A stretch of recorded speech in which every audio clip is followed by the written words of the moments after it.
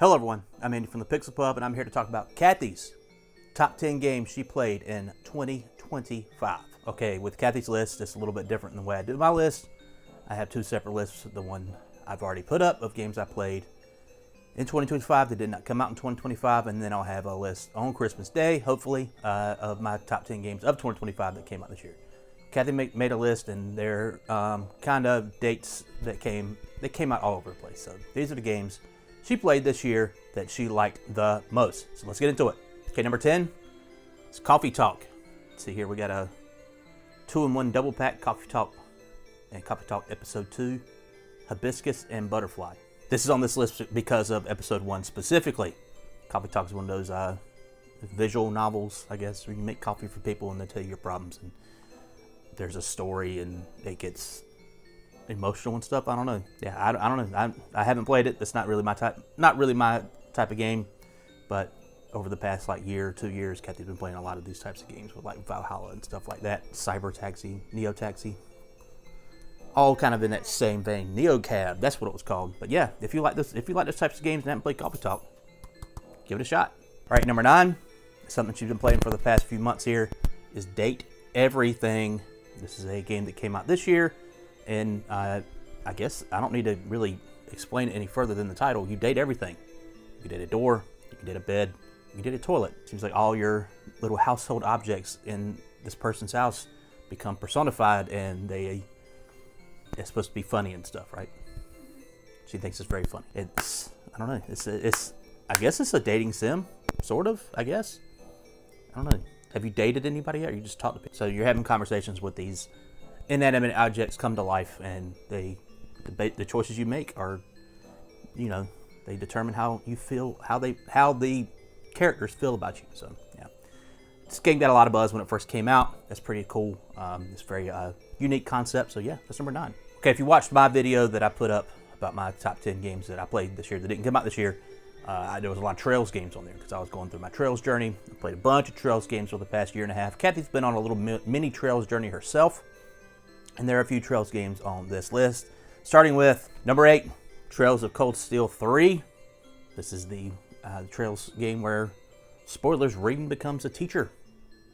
It's not really that much of a spoiler. If you watch the trailer for it, you would know that immediately.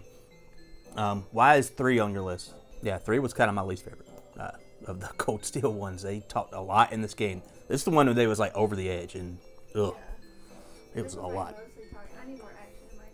Yeah, and I played this one, and we got the Switch version as well. And it ran like such garbage on the Switch that when Cathy was getting to the part of her playthroughs where she was going to play 3, it's like, well, let's see if we could find a cheap copy of the PS4 version. And we were able to find one on eBay for like $25, brand new. So yeah, solved that issue by going for the PS4 version.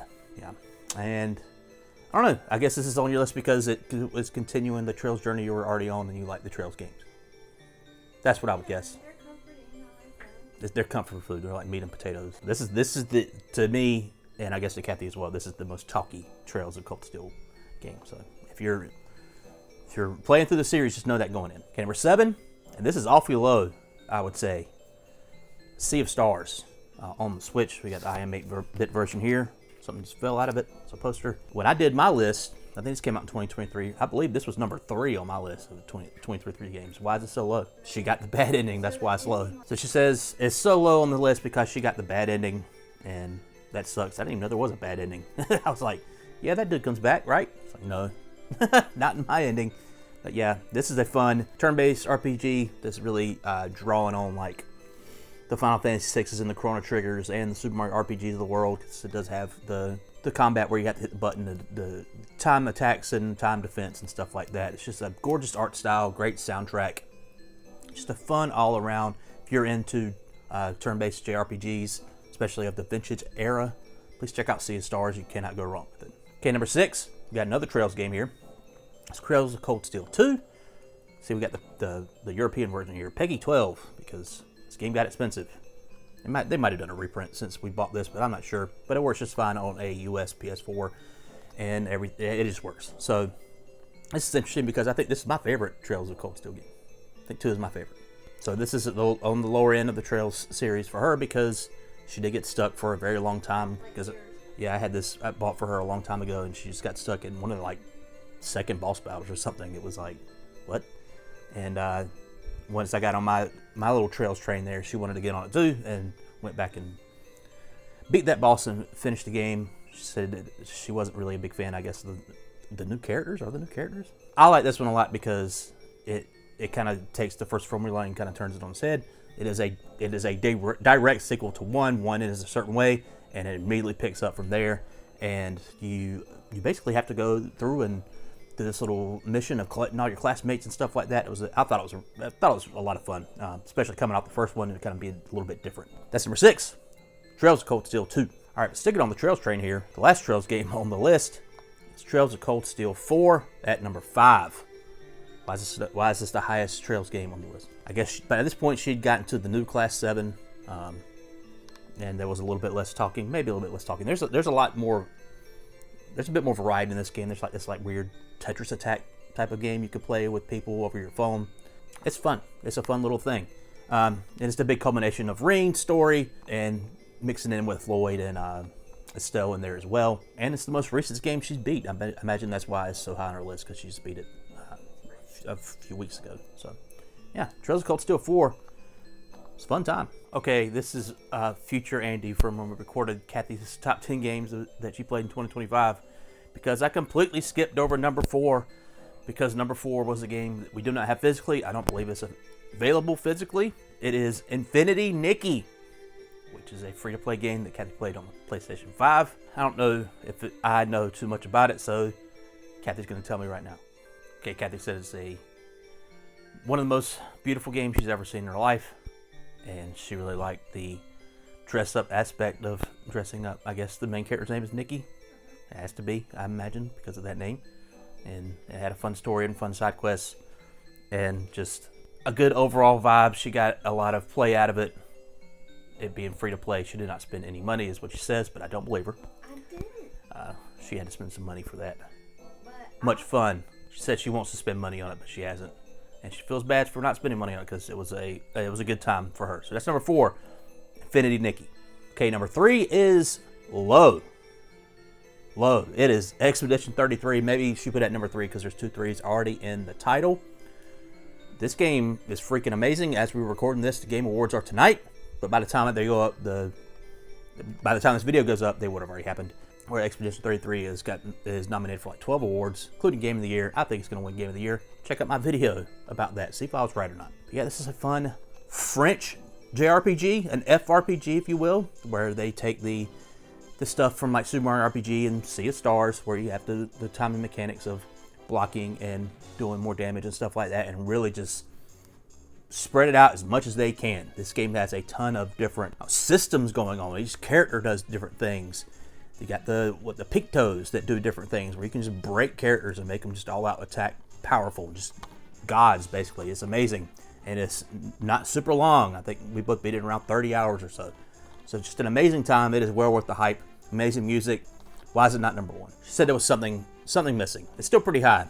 Number 3 is pretty good for a top 10 list of the games you played all year, but it's not number 1 then. Okay, number 2 is going to be an interesting one. It's Balatro.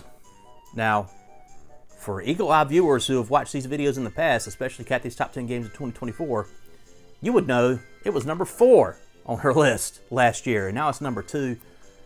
For those of you who don't know, Balatro is the roguelike poker type game where you don't need to know a lick of poker to play it. It is super fun. It's super addicting. Basically just breaking these score barriers that you have to do by playing certain cards and stuff like that. Why did this go up 2 spots over the course of a year? Okay, she said it went up because she did play it a lot earlier this year, but she was really into unlocking all beating all the decks, unlocking more jokers and stuff like that, trying to get super big points combinations with different joker cards and the hands that you play and stuff like that. And she said of all these games on the list, the only one she wants to go back to outside of Sea of Stars, which I guess there's some DLC that we have not played. She has not played yet, but yeah, Balatro. It's stupid powerful. It's like crack on a game cartridge. Okay, number 1. What is it? It's Dragon Quest III, the HD 2D remake. Now this is a remake of, guess what? Dragon Quest III. And this was the big one over in Japan, I believe, when it came out on the Famicom back in the late 80s. It's one of those games that spawned the apocryphal, not true narrative that the Japanese government said, hey, don't release Dragon Quest games on school days because kids skip school to buy the game. That was a thing that you heard back in like the early days of the internet. When you get online, you start reading about old games and stuff like that. Oh man, did you hear about this? It's like, it's not true. Didn't really happen. But it was incredibly popular over in Japan, and that's probably for a reason. Just the number one game. It is your number one game of the year, so it's really good, right? It's the first one with the job system, correct? Yes, it has a job system. She says it was a nice, fun challenge. She had a hard time fighting that final boss, but eventually broke through that barrier and beat him, and had a good time with that. It does look pretty interesting, these HD 2D remakes that Square's been doing for the past couple of years. They're remarkable. They look great. I bet it would look even better on like a PS5 version, playing on like with HDR and stuff on the big TV. I should play it on the Switch, and I'm sure it looked just fine there as well. They're doing more with this. They got the Dragon Quest 1 and 2 HD remake that came out this year, which I thought was weird that they put out after 3, because 3 came out last year. But I guess chronologically, that's the way the story works. 3 is a prequel to 1 and 2. So I hope it will make sense over in the grand scheme of things. Anyway, that's number 1, Dragon Quest 3 HD 2D remake. Okay, so that's been Cathy's top 10 games that she played in 2025. If you want to list your top 10 games, your top 5 games, top 2 games, top 1 games that you played in 2025, leave them in the comments below. I always love talking about this type of stuff with you guys. Anyway, please like and subscribe, all that fun, jolly stuff. I've been in from the Pixel Pub. Merry Christmas.